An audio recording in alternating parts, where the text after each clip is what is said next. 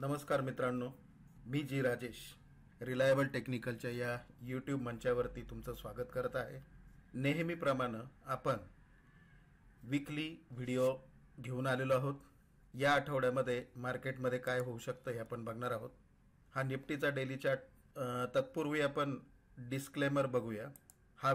This video is for informational purpose only.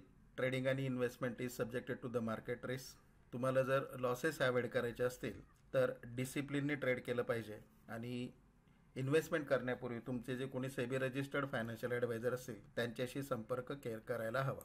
तर मित्रांनो, हा निफ्टीचा डेली चार्ट आहे। जसं की मी तुम्हाला मागच्या आठवड्यात सांगितलं होतं की 22,175 ही एक ट्रेंड डिसाइडिंग लेवल होणार आहे किंवा ट्रेंड चेंजिंग लेवल होणार आहे। तर ती लेवल अजूनपर्यंतही मार्केटनी चेंज केलेली नाहीये किंवा अचीव करू शकलेलं नाही। मार्केट मागच्या आठवड्यामध्ये 22,053 पर्यंत गेलेलं आहे। तर सध्या तरी निफ्टीचा डेली ट्रेंड जो आहे तो डाऊन दिसतोय, तसेच वीकली ट्रेंड जो आहे तो अजूनही अप दिसत आहे। बँक निफ्टीचा जर डेली ट्रेंड बघितला तुम्ही तर बँक निफ्टीने सुद्धा 46,500 ही जी लेवल आहे ती अजूनही ब्रीच केलेली नाहीये आणि 44,250 ही लेवल देखील अजून ब्रीच केलेली नाहीये।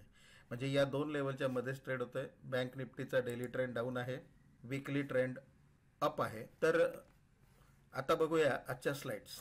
हा आठवडा जो आहे 12 फेब्रुवारी ते 16 फेब्रुवारी या आठवड्यामध्ये दोन महत्त्वाच्या डेट आहेत।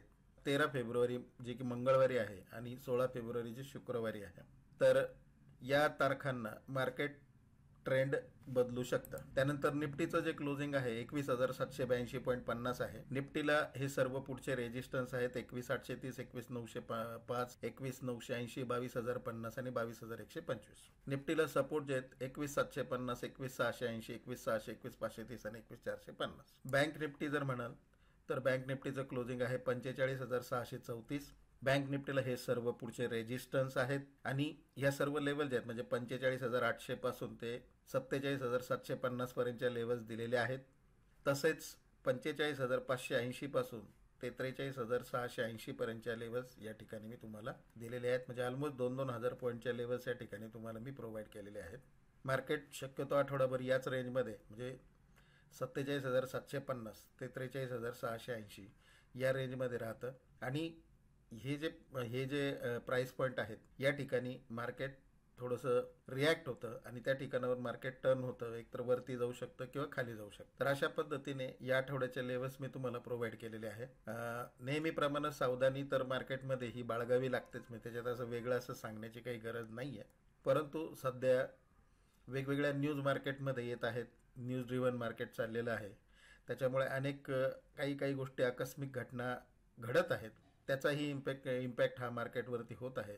तरी पुन्हा एकदा मी एकच सांगेल की सर्वांनी सावध राहा आणि लेवल्सप्रमाणे ट्रेड करा।